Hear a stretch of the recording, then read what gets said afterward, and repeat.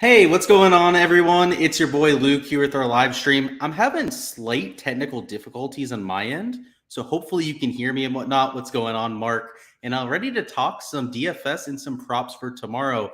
Let me double check that this is working. So if you're down there in live chat, any sort of feedback would be great. But yeah, looks like the mic is picking me up. Maybe it was just a little bit of visual lag on my end. We're good to go. Let's go ahead and hop in if so. And get ready to talk about a little bit of tomorrow's action. So we've got some props on the schedule. Those will be towards the end of the live stream as per usual. And we'll start it off with a look at the golf course. And then afterwards, start to go through a few of our DFS thoughts. So it'll go golf course, DFS, and then towards the end, the props, which we'll get into. Which first off, I guess before we hop in, definitely hope you're having a great Saturday. We're just chilling, kind of doing our thing here. Gonna play some Madden afterwards, hang out, maybe go out a little bit later with a few buddies, but just cooling it, chilling for right now, right? No Crown and Coke, just a little bit of water in hand, hydration out there a little bit. We've got a lot of sports on. We have MMA on right now. We've got, of course, golf on all day. Tomorrow out there, golf. And even some preseason football, which I don't know if you guys are paying attention to the Steeler game. I'm a huge Steeler fan, of course. So you're going to hear me yapping about that a whole lot during the fall, especially for some of our football content. But Kenny Pickett, 3 drives in the preseason. He's created 3 touchdown drives. So that's pretty good. You can hear me? Cool. Thank you for letting me know. What's going on, Curtis? What's going on, Karoom? And do I play Mutt? I am. Yeah, I play Mutt all the time. I haven't played Superstar mode yet, but I'm a huge Mutt guy. So I've been saving up coins. I had the early release with the deluxe edition, and today they released a bunch of legend cards. So I'm going to check it out. Maybe buy a few packs and then hopefully build a little bit of a team. I've got 4.4 million coins, so we can definitely have a little fun there. We can talk about Mutt throughout the stream. If you have any questions, I'll go through them. But let's talk some golf, shall we? That's why a majority of you guys are here. So today, the afternoon played about a stroke easier than the morning, right? I called for pretty much exactly that. And luckily, we played a lot of those PM wave golfers, right? Typically a Saturday showdown slate. The morning guys get a little bit of an advantage, but this golf course, for whatever reason, and honestly, I think it's because the ball's traveling further out there during the PM hours, because they're getting a little bit extra distance. The long golf course, especially with that 6-inch rough, isn't playing as long in the last like 5-6 hours of play. So at least that's my theory when it comes to the conditions. But that, of course, was prevalent on for Friday's round, I guess, right? Round 2's action. You saw about a 1.3 stroke advantage. And for Sunday, with pretty much identical winds, up here, right, the data golf forecast, you can see up here, they're calling for pretty flat winds. In fact, maybe even slightly lower winds in the afternoon. You're probably going to see that same sort of effect. It's worth noting the reason why I brought this tab down was to show you what happened today. So in terms of observed weather conditions, right? So this is after the fact, right? They've recorded all of the miles an hour as the day went on. Right, look here in the afternoon, right? The wind speeds, they're significantly higher than what you had in the morning wave. Yet look at the scoring average, right? Even with much higher winds from the sustained perspective, the PM wave played easier. In fact, the entire stroke easier, right? So that difference of wind kind of removes like the fact that like, oh, maybe the winds were just a little bit lower in the PM wave, right? And that's why it played easier. That was not the case, right? The forecast was calling for the winds to kind of, kick up as the day goes on. But for whatever reason, that doesn't matter, right? Now you may say, oh, some of the worst players at the bottom of the board, right? But that's not an entire stroke difference, right? You're not going to get an entire stroke dispersion between just a 50-player field.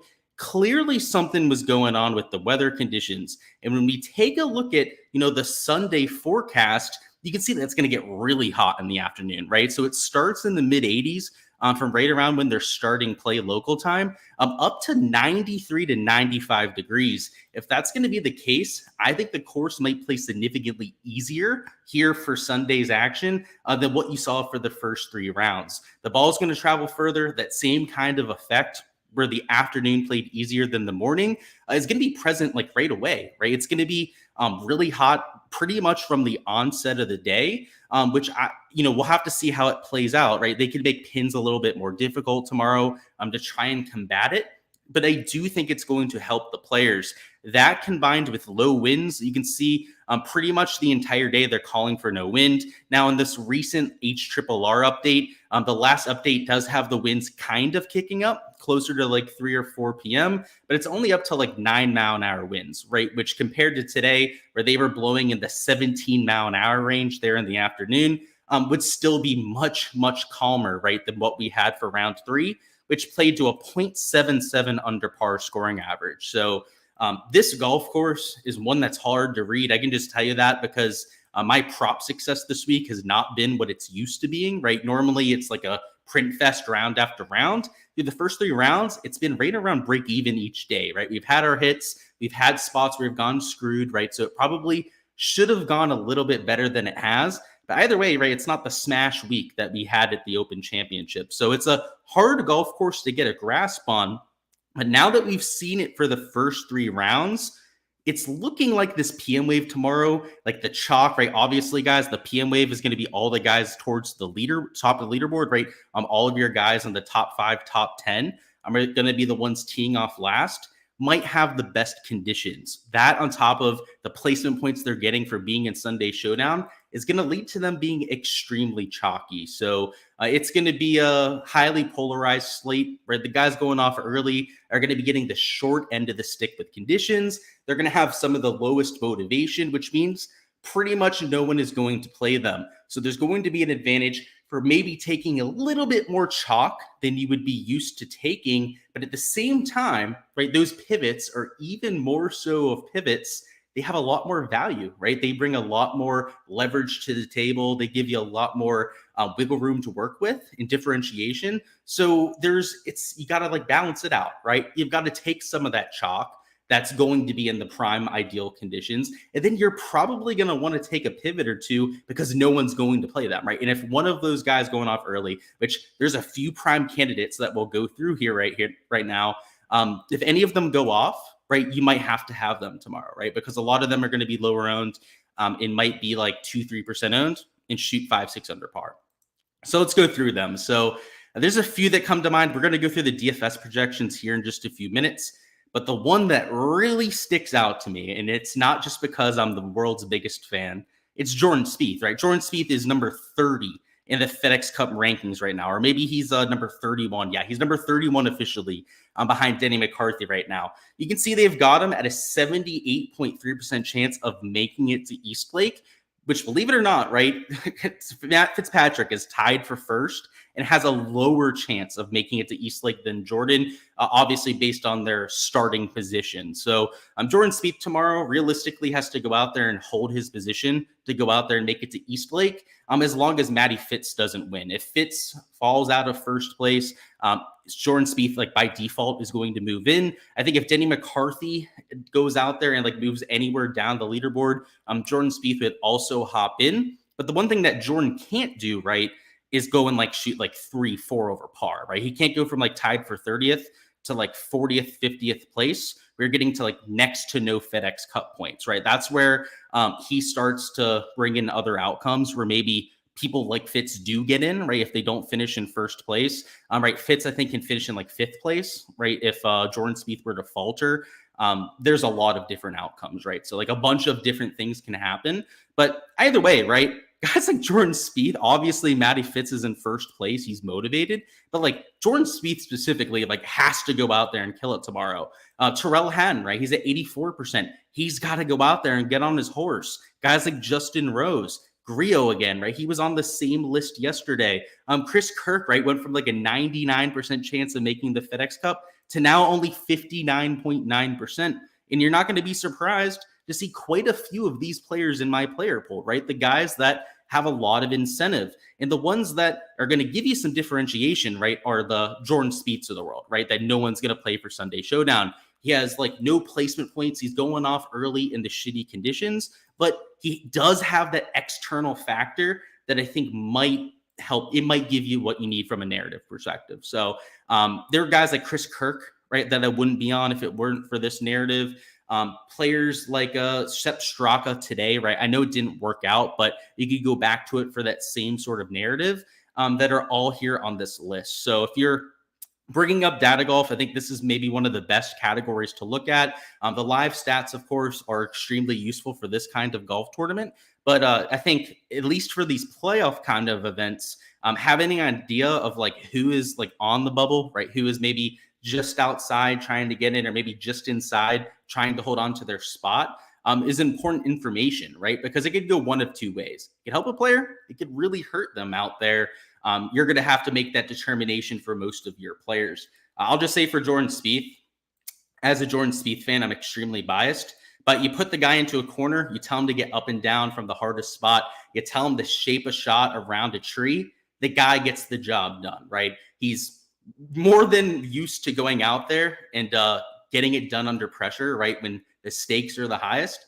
And I want that sort of player, right? Somebody that's shown it before. Now, if they're a new guy in tour, right, that's, maybe not as established, maybe they do crumble under that pressure, right? So you're going to have to pick your reasons for fading or playing somebody. But I think if you're looking for motivated players that are going off early, the FedEx Cup guys are great choices, right? Because just to give you an example, like a Seamus Power down here, a Lee Hodges, Taylor Moore, right? He's plus 16 going off by himself. They have next to no motivation, right? Like if they start with like a +1, +2 through their first, 4 or 5 holes, they're not going to pull Tommy Fleetwood. Tommy Fleetwood, by the way, was +3 through his first 5 holes and ended up 1 under par, making, I believe, 5 birdies on his back 9. So, motivation matters, right? If somebody like Moore starts off, really shitty, he's going to shoot a near 80 again. Or actually, I think he did shoot over an 80 today. So I took his under 71 strokes. I mean, like, Lord, like, good stuff, Taylor Moore. I mean, that was just dreadful stuff. You don't want to play that kind of guy in Sunday Showdown. At least from my experience, it works out every once in a blue moon, but it doesn't work out a vast majority of the time. Let me get some water in me. We're starting to get pasty. What's going on, MAGA? What's going on? Najee Harris, you're saying you like him, Mark? Yeah, I think he's a decent running back. I think Jaylen Warren might be better, though. Spieth's on the bubble. You need him to get hot tomorrow. Right there with you. Literally no wins for the AM guys. Got to play half a stroke easier. I think the whole day will play a lot easier, for sure. And I think the afternoon specifically is going to play very, very easy, especially like the early afternoon. From like midday to like 3 p.m., if you can have somebody finishing their back 9 then, I think that's like the perfect timing for a player. So maybe teeing off at like 9 a.m. local, maybe a little later, right? They finish golf faster than 5 hours. Let's say like 10, maybe 10:30 local time tee times. Those are probably the best tee times. Kirk was terrible today, for sure. I'm glad I didn't play him, right? He was that donkey chalk at the top of the board that was super chalky just based on his positioning, right? And those were the guys that we were fading, right? The guys that are just the hot hand, right? The hot commodity. Similar strategy for Sunday, right? A lot of those hot hands, I'll be fading, right? That's just how golf works. There's the ebbs and flows of such a volatile sport where if you have that ceiling performance the day before, it doesn't lower your chances of having it the next day. It's just that it doesn't give you a better chance of having it the next day, right? And a lot of people out there, especially that are, playing PGA DFS, any sort of betting fantasy with golf, they assume that it does, right? They think that, because there's been 5 reds in a row on roulette, that there's no chance that it could happen again, right? There's all those random superstitions when it comes to outcomes that don't actually have an impact, right? So if ownership's going to be higher on somebody just because of how they played today, now with Sunday Showdown, I have to add, it's not just because of the leaderboard, right? They also get placement points for Sunday Showdown, but they're not quite as impactful as the ownership might imply. Let's see, what's going on, Bobby? Light the candle. What's going on? Najee, a boring 3.7 yards per carry. Yeah, I agree with you. And Jaylen Warren averages like 5 yards a carry. He just had a 62-yard rushing touchdown for the Steelers in the preseason game. I think by midseason that it's going to, at the very least, be a timeshare, maybe like a 55-45 where Najee's still the head running back. But I think that's at the very least. You might see Warren actually end up the lead back by the end of the year. And that's as a Steeler fan telling you that. So I tend to agree with you, man. He's not that impressive. But I like the guy. He's a great character. He's like one of the better community guys that we've got on the team. Does a lot outside of the field. When I was up there in Pittsburgh in college, I heard a lot of good things about him. So let's go through a few things with the BMW Championship. So as per usual with Sunday Showdown, guys, a few notes, right? So if you're new to Showdown, Sunday Showdown, a little bit different than the first 3 days. For Sunday Showdown, you do have placement points involved. So the winner is going to get a bunch of points. I believe it's 13 placement points, down to like 0.5 for the guys that are finishing in like 50th, right? So like if you're finishing in last place, you're getting like next to nothing. In fact, I think like outside of the top, I forget what the actual cutoff is, but unless you're finishing in the top like 5 to 10, really the top 3 is where you're getting like substantial placement points. It doesn't matter all that much. In fact, for most optimal lineups, right? And an optimal lineup is usually a lot different. I'll keep this in mind, right? Than what actually wins the large field GBPs. But in optimal lineups, usually the winners in every optimal, maybe the second place finisher. But a lot of times it's the guys that go off early that shoot like 5-6 under par that are in the actual optimal lineup, right? That have the best rounds of the day. The issue is that those outcomes, those players are usually a lot lower owned, right? So in practice, in large field winning lineups, they're not always in that lineup. And a lot of times it's just more chalky players. So when we're playing Sunday Showdown, you've got to know that dynamic, right? The placement points matter, but a lot of times the guys that aren't even getting placement points, like a Jon Rahm, for example, right, could end up in the actual best lineup. So if you took them over some of their higher owned counterparts, right, you get like infinite leverage to the field. Right now, Jon Rahm would be a bold play, right? Like he's playing horribly. In fact, let me even double check if I have him in lineups. I don't even think I do. I'll double check for you guys though, just in case. There's a chance I have him in a few. Let's see. Nope, don't have him in any lineups for tomorrow's Sunday Showdown. If you wanted to, though, he's going to be sub 4% owned, like literally unowned. If you took him up top, you could get 5-6x leverage to the field just by putting him in a quarter of your lineups. Those sort of players have their utility too. But with the weather edge, right, guys like Rory, a Scotty Scheffler at the top of the board, are getting a ton of ownership, and it's deservedly so. So you're going to have to try and pick and choose your chalk up top. I would say you could play Rory and Scotty if you wanted to. You could pick one or the other as well. I would say fading both of these top 2 options would be a little bit of a death wish, but if you want to be bold and just take some of these 9K options instead, or even like a can't lay at -3, then so be it, right? So there's a few different ways you can handle the top of the board. This chalk in the 9K range is getting a ton of ownership. Obviously, Brian Harman, Matt Fitzpatrick up there at the top of the board too. Max Homa right at -9. Up here, $9,600 are all your most highest owned players, the guys with the most exposure out there. That doesn't mean you have to fade all of them, right? There's going to be a few that you play. I think in my case, let me count them. 1, 2, I'm playing 3 of those guys in my player pool. And then I think 4 of them I'm completely fading, right? Not playing. So just pick and choose the ones that you want to get over the field on. And then pick the 3 or 4 that you're going to full out fade. There's not really a bulletproof thought process for the guys that you're going to play or you're going to go out there and fade.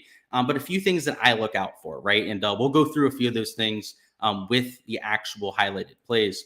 So first up, Rory McIlroy, right? I'm playing Rory McIlroy because this guy, as long as he's not in the lead on a Sunday, normally is moving in the right direction, right? If you put him out there in the last group, that sort of thing, he tends to crumble faster than most. But being in the third to last group, I think is going to be helpful for Rory. And at this golf course, he's the perfect course fit, right? The guy hits the ball country mile. Even when he's in the rough, he's still able to access every single pin. And if the ball's going to travel even further tomorrow, I mean, he might be hitting those 350, 360-yard drives and having wedge into almost all the par 4s. So he's got the really high upside. I think he could go out there easily win this golf tournament if he has a ceiling round and is in position to get those placement points. So it's slightly lower owned. Actually, I think he's higher owned than I have Scotty Scheffler at. Believe it or not, even Scotty Scheffler at -11, I think it have it lower ownership. Again, I'll double check on that one too. I have it on the other tab here.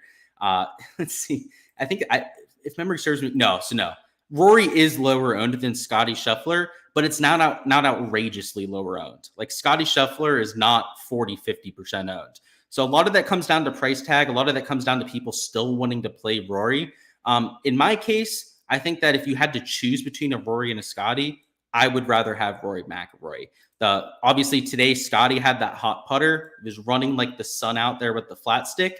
I just have a hard time thinking that continues, right? I mean, the last 6 months, right, are your sample size for why that probably shouldn't be expected to continue. Whereas Rory really didn't do shit today, right? If anything, you'd think that he should probably bounce back at least a little bit. So, if I'm going to choose between the two players, I kind of think that Scotty got lucky today, right? And Rory got screwed in a few instances. And I think I want to take the guy that got screwed over the guy that was getting lucky today.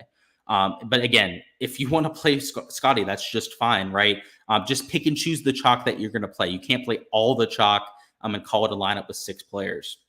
If you want to take a few pivots, John Rahm mentioned, but I think Patrick Cantlay could be worth considering too. The guy's ball striking was on point today. Hit a bunch of fairways, hit I believe 9 fairways today, and also was putting himself in position with the iron play. Just couldn't get a 15 to 20 foot putt to drop. Like every birdie putt he had was just slightly hitting the rim. So I think that you can take that sort of player and just hope that he has a little bit better luck with the putter. He's at -3, so he's probably not going to get a bunch of placement points. But if he shot like a 65, right, maybe even like a 64 tomorrow, he could finish in the top 10, right? He'll still get a few placement points out there, but most importantly, gets all the fantasy points from shooting a 6 under par round, right? And like I mentioned, those spike rounds are the ones that you have to have, right, to win large field GPPs.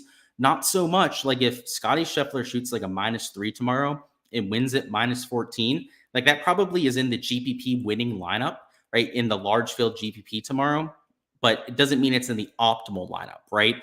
If John Rahm goes off tomorrow, or if, like I said, a Cantlay were to shoot like a 64, he could very well be the optimal player up top. Whereas like, maybe he's low owned and no one really gets the right combo with a Patrick Cantlay.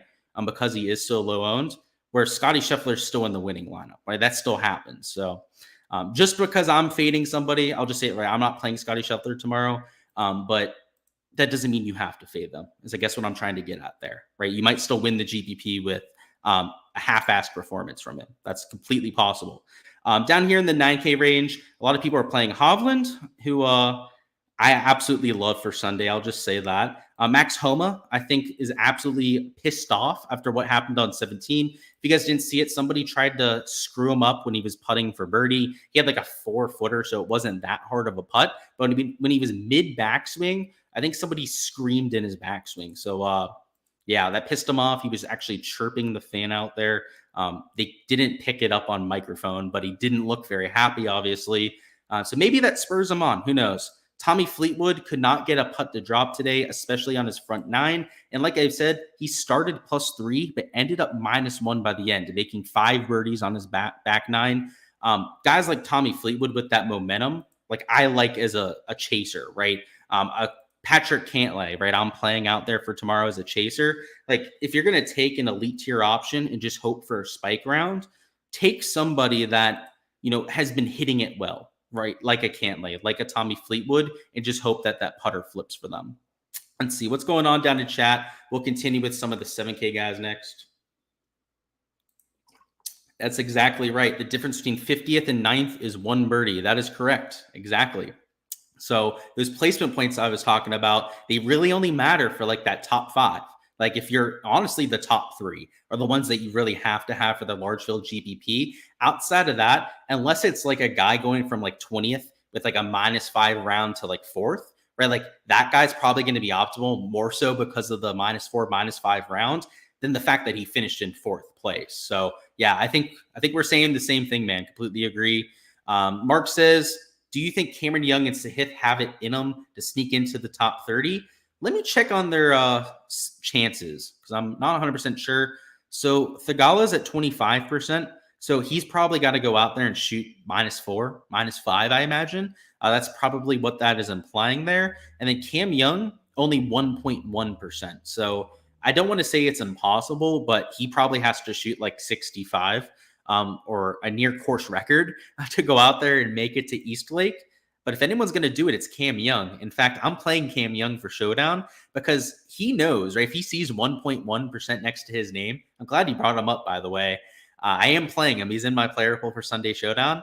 if he sees that 1.1% number, he knows he at least has a chance, right? And he also knows that he has to go nuclear low. And what are we looking for Sunday Showdown, especially from I think he's like a middle of the pack. He's like -4. So he's actually going to be in some of the better conditions. We know he's going to have to go for a ceiling round, right? So his motivation is directly in line with our motivation, which just looking at the list, like Sepp Straka fits that same description. Eric Cole has to go like absolutely crazy today. Let's say tomorrow to go out there and make it to East Lake. Who knows? I think that's a good motivation there. You forgot what the tournament is, but Rahm was terrible a majority of the week, then nuked it in round 4. Yeah, he does that all the time, man. That's kind of his thing. Like Rory does that too, right? Rory will suck for the first 3 rounds and then go out there and nuke it on Sunday. Wouldn't surprise me. There's another 62-63. I agree. I think scores will actually be better tomorrow than what we saw today, even with like Sunday pin locations. Like they're going to try and toughen it up in terms of setup. I imagine hole, 8, that can play like 265 yards will probably play like 265 to 270 out there for tomorrow. But yeah, the conditions are going to be perfect. So I think that they'll still get it. Scotty's putter looks way better. He was missing terribly before, but the speed and stroke is on point. Yeah, we'll have to see, man. It's ball doesn't lie, right? We'll have to see tomorrow. We'll have to see where the putts go and whatnot. I have a hard time believing it's just back, but who knows? Maybe he figured something out. Lucas Glover did. That's for damn sure, but he doesn't have the magic lab putter in hand, so I'm not sure if he's going to do that. So let's go through a few other plays here. We'll get into chat here in a few minutes. I'll remind you guys, we will be going through props here in about 5-10 minutes. So just stick around for those if you're waiting for those. But Jordan Spieth, I mentioned his motivation factor, right? He's got like an 80% chance of making it to East Lake. He's got to go out there and keep his round together tomorrow. So maybe he's not as aggressive because he knows his standing, right? He knows he can go out there, shoot like 3 under par and make it to East Lake. But I still like the fact that he'll be engaged. He's going to be extremely low owned, as you can see with the ownership number. And he's got all the upside. The ball striking has been like, I don't want to say it's been great, but it's been a lot better than I think the scorecard indicates. In fact, I'm going to go ahead and just bring up his live stats and give it to you round by round. I don't think that he's being judged fairly by most people, right, that aren't looking at shots gained metrics. So let's find good old Jordan Spieth. So today, he was not very good with the ball striking. So, okay, round 3 for sure did not look very good. Let's look at the other 2 rounds, right? For round 2, was gaining off the tee and was really, really bad with the putter in round 2. So that was his bugaboo there. And then in round 1, he gained on approach, he gained off the tee, and he actually gained across all 4 categories. So pretty decent start to the week. Obviously, he was up there in the top 10. Round 2, horrible putter. And then today was just horrible across the board, right? So I could just tell you, I actually think my 8.4% ownership number, whatever I have here, might be a little bit too high.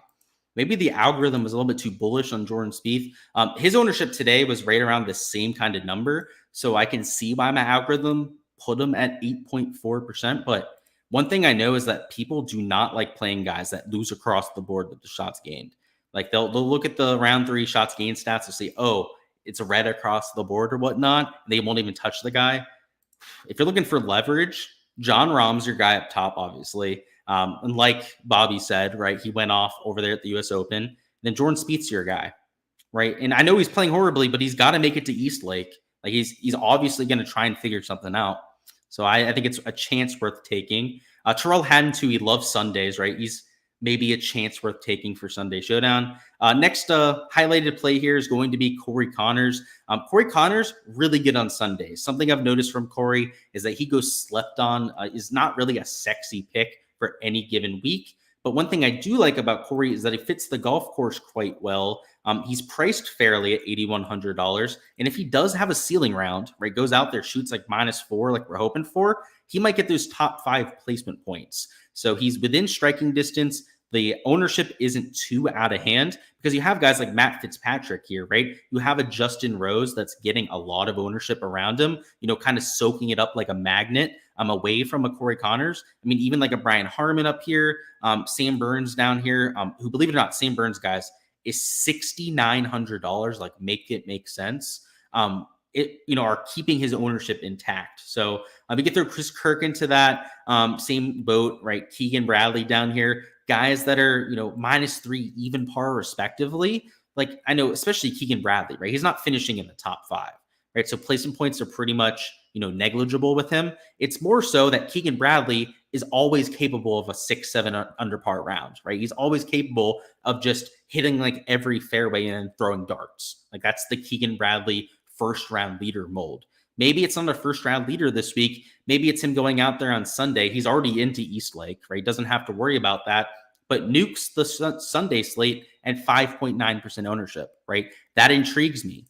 And the thing with Keegan, right? I know he's already into Eastlake. He is playing for positioning, right? And I mean, if he starts off like birdie, birdie, birdie, right? Like what's stopping him from going out there and shooting like a 62, right? He's not going to think to himself, oh, well, I'm -3 through 3, but I'm already into Eastlake. Like let's not go out there. He's gonna go, oh, let's keep this thing going. Maybe I can, move up a stroke or two out there for next week. So I like that. Chris Kirk, no one's gonna play because of his round today.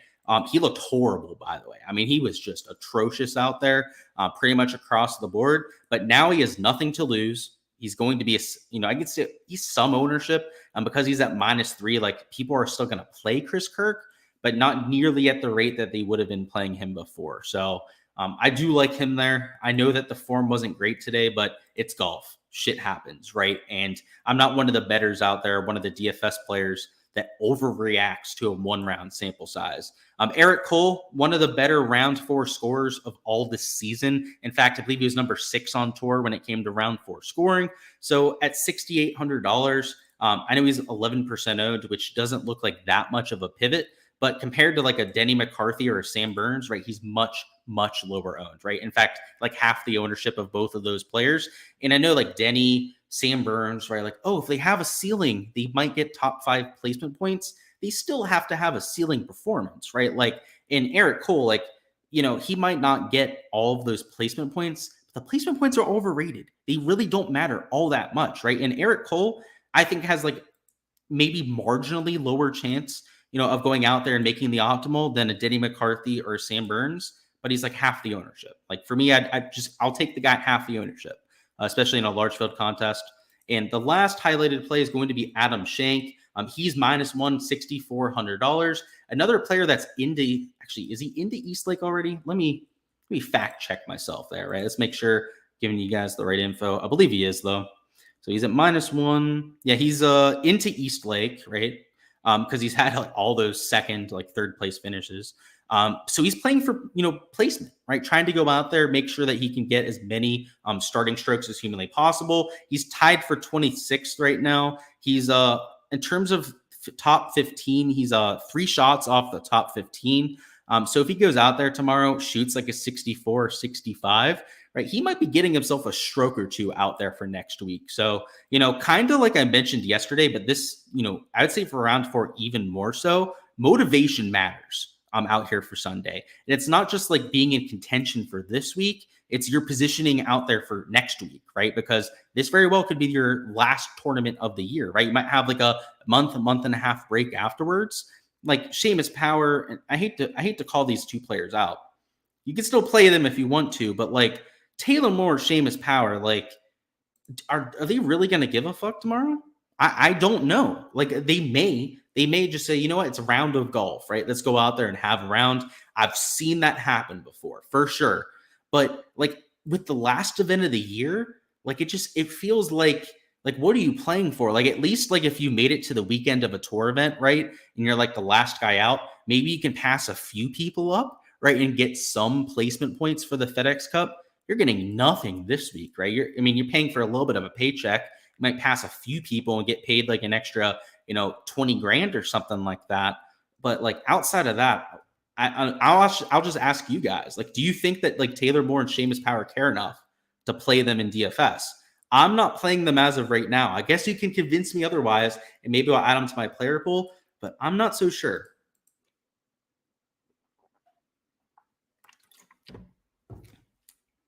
Let's see. Dude, I'm hyped for the fights tonight. Is O'Malley going to shock the world? I hope so. I played him in DFS. It was a leverage play for me, obviously going against the chalky Aljo. So we'll see. I saw a few people breaking down the fight that thought that Sean does have a few outcomes where he could win. It's all almost finish based. So he's got to go out there and he's got to clip Aljo. The issue is he's going to try and control the fight too, right? He's going to really try and make sure that Sean doesn't have that outcome or have the outs to get there.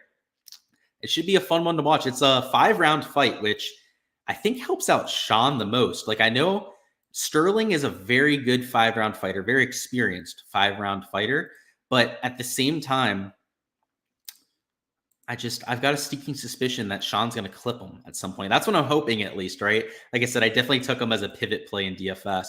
Let's bring up the prop boards. We're going to go through these real quickly. And if you guys have any lineup construction stuff, we'll talk through it. But Bobby reminded me, we've got fights on that we've got to watch. And in fact, I want to double check on some of the outcomes. I think one of the fights probably already happened. And I got to see how my guy did. I don't want to say who it was because if he got absolutely murked, let's see. So he won by the Petrovsky guy won by decision, they said. Damn. So I have Petrovsky. I took him, but he won by decision. That's not great. I was thinking about betting a prop on Underdog for finish. So it's a good thing I didn't do that. But I took a bunch of them in DFS, like hoping for a finish. So I got a knockdown. So that's good for points. We got a few takedown points. But like 57 strikes, like come on. Gotta do better than that. You gotta get me like 100 points. That's all right. He still got a dub, right? He still got us probably like 80 fantasy points, probably like 75, 80 fantasy points. It's acceptable. So we've got prop boards up. If you do have fantasy questions, I'll still touch on them, guys. So feel free to go ahead and toss those down in chat. I think the golf course is going to play easier for Sunday than what we saw today. So let's line shop a little bit. Underdog did wait until Prize Picks posted their board. So it makes me think that they maybe copy and pasted it. No, I didn't. Of course, I didn't accuse them of that. I would never do such a thing. But I do think that they may have done that. Let's see. So they've got Tommy at 69.5 over here on Underdog. He's actually a stroke lower. So maybe not. They have their own little set of pricing over here.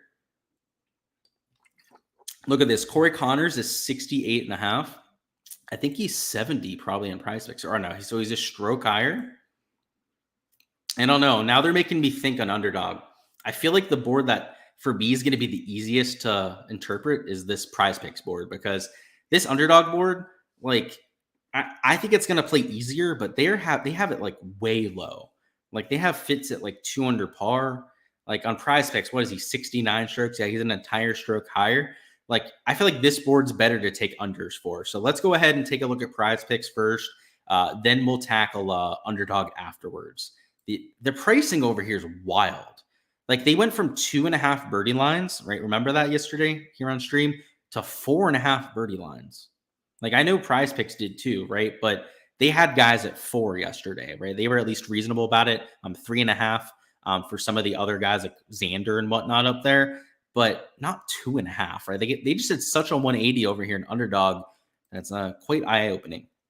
So let's take a look at PGA. So they've got 4.5 birdies up top, 4 for like that middle tier, elite tier guy, and then 3.5 for the rest of the field. So you've got like Burns down there. He had 8 birdies today. Ricky Fowler's at 3.5 there. He actually went under his 3 birdie mark today. Honestly, bounce back for him. Probably going to happen. So maybe we'll consider that one. In terms of strokes, if it is going to play easier in terms of scoring average, right? It already played 0.29 strokes under par today. And with next to no wind on, what was it, Friday, it played 0.67 strokes under par. For Sunday, it probably looks a little bit more like this scoring average than what it did for rounds 1 and 3, right? Rounds 1 and 3, it played like 0.3 strokes under. It played about twice as easy over there for Friday's round. So keeping that in mind, right, bearing that in mind, a lot of these guys down here at like 70 are actually projected below the field average, which for guys like a Sibu, Sahith, Keegan, I mean, even a Jason Day, I guess I understand. But there are 100% guys on here that are projected at 69.5 strokes, which I think is pretty much going to be the field average, that are way better than field average players. So just to give you a few, right? Jordan Spieth, we know he has to play well to make the final 30, right? He's obviously going to be motivated to break par. I think most people would agree with that, right? He's not a horrible idea to take out there. Tommy Fleetwood in position, right? Today, finished his round beautifully, right? Still got it under par. Started off +3 through 5 holes, right? I like that kind of momentum first off, but also the fact that he doesn't quit on his round, right? He's in -4. He's at a position where he could realistically move into that top 10. We're going to go ahead and lock this one in right away. So for tomorrow, I think you need to be considering, when people are teeing off. These two players, for example, are teeing off towards at least the middle half of the day, right? Jordan Spieth's teeing off maybe a little bit earlier than I would like for most players, but it's not atrocious, right? In fact, when he's teeing off tomorrow, there's going to be 4-mile-an-hour winds. And then about 20 minutes into his round, he's going to be dealing with 2 and 1-mile-an-hour winds. I mean, it's like a 30-minute early tee time, right? So love him for tomorrow, especially because he's going to have to be motivated to go out there and make it to East Lake. But yeah, you want to be considering the player's positioning, right? And I don't think they have a bunch of guys on here that are out of it. Let's see. In fact, just off the top of my head, I don't think anyone here on the prize picks board, at least, is completely out of it, right? Or has completely no motivation to worry about. Let me double check on it. Yeah, all of these guys are in contention. If they're not into East Lake, right, like a Haddon, like a Jordan Spieth, they have a good chance to get into East Lake. So that's good to know for the prize picks board. Let's check on Underdog because in theory, right, a guy that doesn't have motivation, we could take for a fade. Let's see.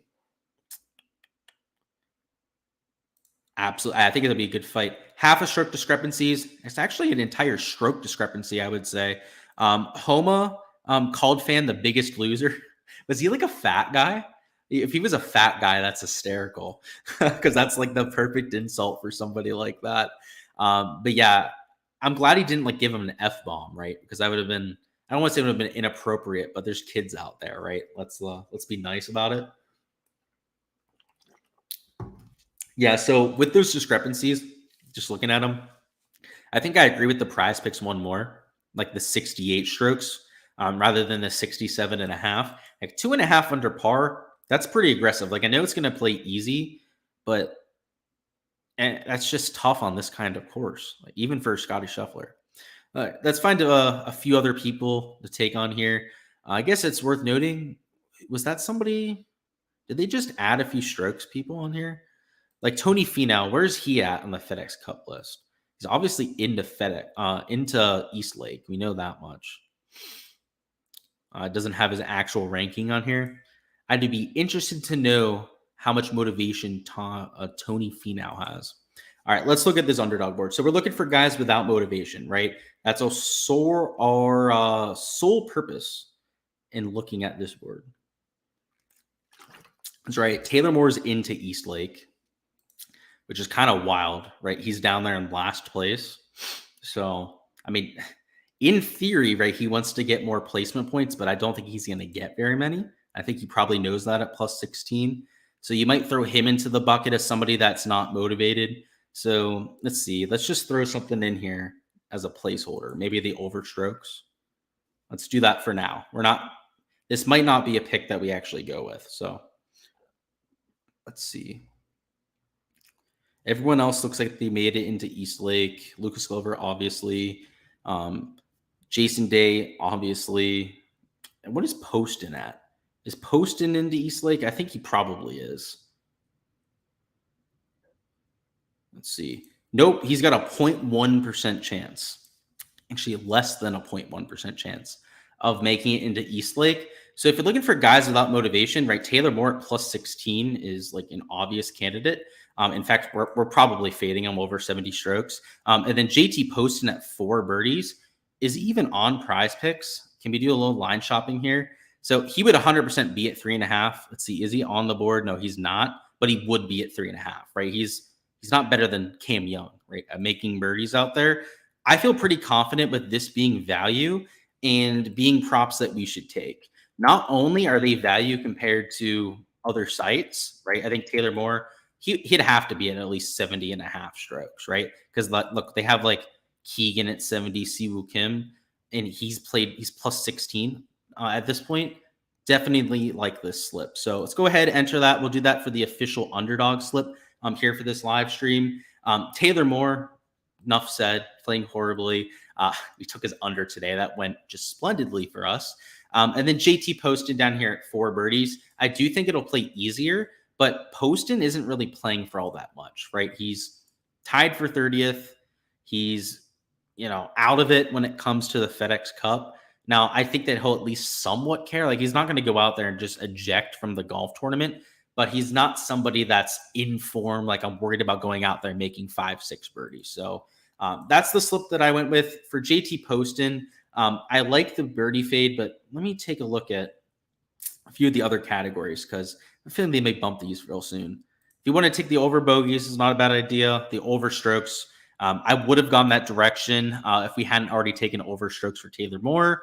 And even like over on this par 3 strokes, like you could take any of those fades and I'd be okay with it. And even under fantasy points, really any of those fades. And I would have been okay with it with JT Poston. Let's hop over to Prize Picks, figure out what we're doing there. Right, we already have the one slip that we put in. Let me, sorry, it's on the other tab, so I can't bring it up over there with my personal info and all that fun stuff. But yeah, Jordan Spieth strokes, obviously, and then Tommy Fleetwood, right, at 69.5. Let's see if we can find another slip to add in too. There's guys like Ricky, right, 69.5 strokes, right? It feels like projecting him at the field average might be a little disrespectful. Terrell Hatton, right, he's playing for his job this week. Terrell Hatton at this point, what is he, like even par through the first 3 rounds? He's got an 84% chance of making it to East Lake. He just can't fuck up tomorrow, right? He can't go over there in Sunday and shoot over par, right? He's got to shoot at least like the field average. That feels like a perfect type of slip to enter, right? Where you have 2 guys that are motivated, that have to go out there, that have something to play for out there in Atlanta. I know I keep talking about it. I know it's a narrative and whatnot, but it matters. It's going to make a difference, right? Like, there's a reason why we faded Taylor Moore and JT Poston, right? And we're taking unders on all these other players, right? It's going to play easy, but if you don't give a fuck, it might not matter. Spieth's at 31. What are you saying? Oh, you're saying for the standings. Yeah. I'm more looking at like the ratings on the FedEx Cup, like their actual simulated chances. He gets, what are you saying with that? He gets O'Malley on the map. It's a wrap. I don't know. O'Malley, I mean, if he gets held down, right, it's probably not going to go well. He's going to lose those rounds, but we'll have to see how his submission defense goes. Who knows? You might be right. You might not be right. We'll see, right? Lower fantasy on Moore. You could do that too if they bumped him over there for strokes. Let me double check it for you, right? Because it does depend on the projection. I think I'm at 23. Yeah, like I'd prefer the under FS over going like an over on bogeys. If you're trying to take the strokes for Poston instead of taking the strokes over there for Taylor Moore. But yeah, definitely fantasy points if you're going to go in that direction, man. Who are the young guys outside the top 30 that could go low tomorrow for the top 10 bump? You're thinking a guy like Cam? Let's take a look. So you're saying that like can't make it into the FedEx Cup, right? So you're talking like external motivation, just like trying to win money. Your number one candidate for that is Eric Cole, okay? Eric Cole, he plays money games for fun down here in South Florida, right on the mini tour. So there's no round of golf that matters too much for Eric Cole to play like and take it super seriously. So I would definitely say him. So you said Cam Davis, right? I could see it for Cam Davis, right? He's got no chance to get in. I don't think that's too crazy. Tom Hoagie, he's going to give it his all tomorrow. I can tell you that much. The guy wants to win some more money to go out there and play craps with. Patrick Rogers, like, in theory, they all kind of care, right? They all, like, if they got off to a really good start tomorrow, like 2-3 under par through their first 4 or 5 holes, almost everyone down here is going to give a rat's ass, right? They're going to go out there and try to keep it going. It's just that I think that even the guys like a Hoagie, a Poston, a Cam Davis that would love to get off to a hot start and make a little bit of extra money, the unfortunate part for them is that, like, if they start off to a +1, +2 start, they're also just going to give up, right? Like, it's got to go one of 2 ways for most guys down here. Let's see, anyone else that really sticks out? Eric Cole, because he's a rookie. I think that's That's also a little bit of an extra icing there. Anyone, I guess Benny Ann, right? He was on the Corn Ferry Tour for a while, so he hasn't been on the PGA Tour forever. He's not going to take it for granted. And outside of that, though, Lee Hodges, right? He hasn't been to the stage before. Maybe he cares a little bit more than most players, but that's a tough one, man. Trying to read their psychology, but I like the way you're thinking, right? Trying to figure out what these players have to play for. Do I like birdies or fantasy for Young? For Cam Young, not sure. I don't know if I like any of them for Cam Young, frankly. Let's see where he's at. I don't think I mentioned those props before, unless I'm incorrect.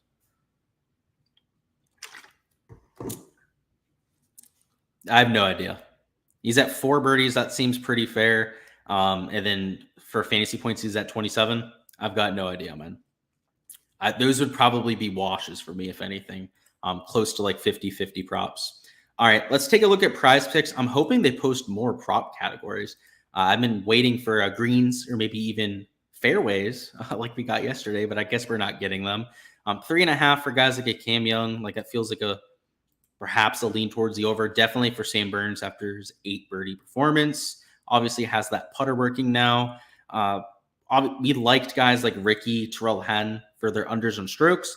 If you want to take their overs for birdies, I wouldn't hate that either, right? I do think conditions will be significantly easier, especially for some of the elite tier guys going off late. So that's the way I'm thinking for the boards. Of course, guys, all the exposure I'm taking is going to be posted over there on my Patreon. But I think that's what we're going to cut it off at here for the live stream. So I appreciate you guys. Best of luck out there for all your exposure on Sunday. I've got some UFC fights to watch. I've got some Madden packs to rip open.